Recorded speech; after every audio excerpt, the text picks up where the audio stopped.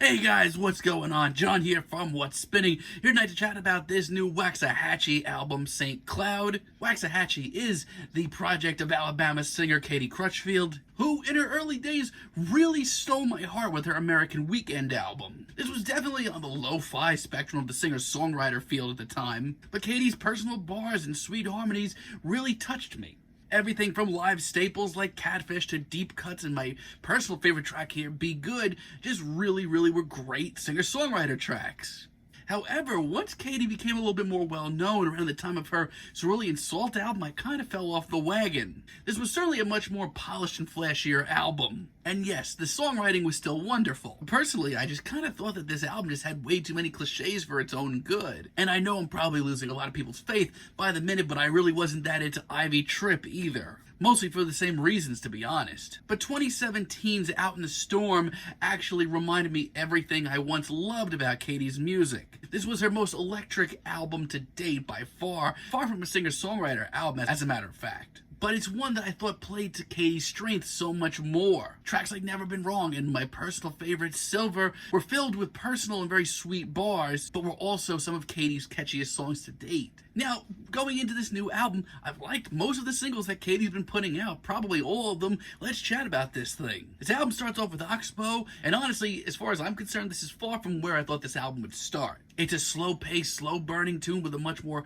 electric instrumental than I thought that I'd hear on this album. But between a heavenly set of keyboards, as well as Katie's vocals, which come off a little gruff, a little bluesy, this is great. It's a real great medium for Katie, but it also doesn't sound too far out of her comfort zone. It's also really meditative. Didn't see that coming. Love this as an intro. Fire is really interesting as well. Once again, this really sort of creeps along very slowly, has a sort of different instrumental as far as Katie's concerned, but its meditative nature actually works wonders on her vocal and lyrical style, which hasn't skipped a beat. These are some of Katie's most daring sounds to date, and it's very exciting. On the other hand, I love hearing Katie all fired up on tracks like Hell. It's a little punchy, and it's probably just about as upbeat as you can get in a track from her. But I love just how intense her vocal performance is here, and her lyrics are just as fiery. This is just an awesome, upbeat folk rock track that just really stands out. I have a lot of the same things to say about Witches. Once again, I love just how upbeat and heavier this sound is. Once again, this is far from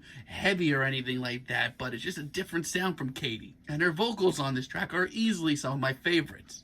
Even when she's doing a sort of spoken word thing on the verses here, she sounds cool as hell. These may be daring new sounds from Katie, but man, she sounds on top form. On the other hand, tracks like Can't Do Much are the sort of rustic, old-school singer-songwriter tunes that I've come to know and love from Katie. You can argue on tracks like this that Katie is a little bit closer to her comfort zone, but I don't think that's a bad thing. As a matter of fact, I don't think she's ever sounded better. Her performance on this track is incredible. There isn't a single moment where she's not the star, but it's also just incredibly filled with love. It's such a sweet performance. Just a really good, feel-good, positive folk rock tune. I love the bluesy vibes of Lilacs. It's just so smooth, and it's warm and cozy. Oh. Not only that, but Katie's very personal, introspective lyrics on here are a real nice change of pace. It also, on tracks like this, shows that Katie is embracing more of her alternative country and a little bit more of an Americana flair. So far, I've got nothing bad to say. This is great. You have tracks like War, and by the time you get here, to be honest,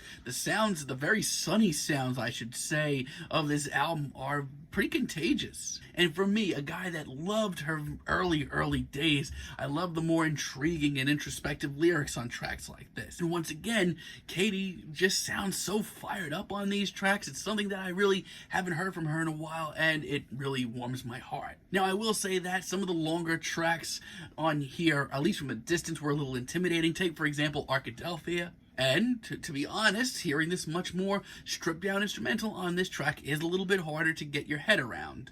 It's certainly not as easy to get lost in sunny and fluffy, but I will say this, Katie's sort of storytelling performance and her deep lyrics here actually make this track, very easy to digest and make it one of the most interesting tunes here. It's very easy to just get caught up in everything that she has to offer. My God, this girl's got a hell of a way with words. And as far as a ballad goes, Ruby Falls is an absolute knockout. I love the sleepy instrumental, and just how sweet and laid back this track is. And Katie's once again very bluesy performance up against this is just a knockout. As far as a deep cut goes here, this is easily my favorite track. And little details like the twinkling pianos and the slide guitar on here honestly make it even more powerful. Honestly, this is Waxahatchee, aka Katie Crutchfield's best album. I mean, there are a few moments where I kind of wish she pushed this a little bit further.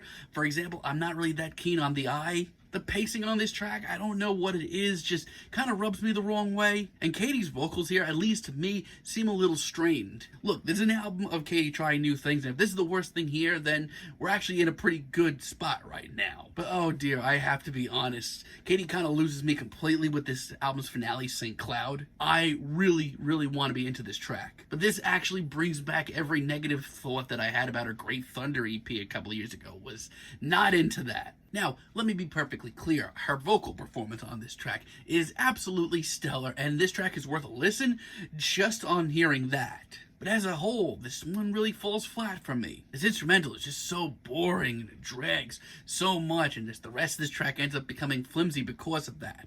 But still, this is a freaking great album. Katie here sticks to her roots, bringing in personal lyrics and introspective stories, but also brings in some fired up vocals and some really sunny folk rock. It's just a very wonderful, feel good, but incredibly written singer-songwriter album with everything from indie rock to folk rock to alternative country thrown in as well. Yeah, some of the lightest tracks here are a little bit too sleepy for me, but that's just me. This is still a great album. I think it's Waxahatchee's best. I'm feeling a decent 8 on this album, but let me know what you guys think down below. If you like the video, be sure to give us a like, give us a subscribe, and let me know down below what you would like for me to chat about in the future. And until next time, have a great day, guys.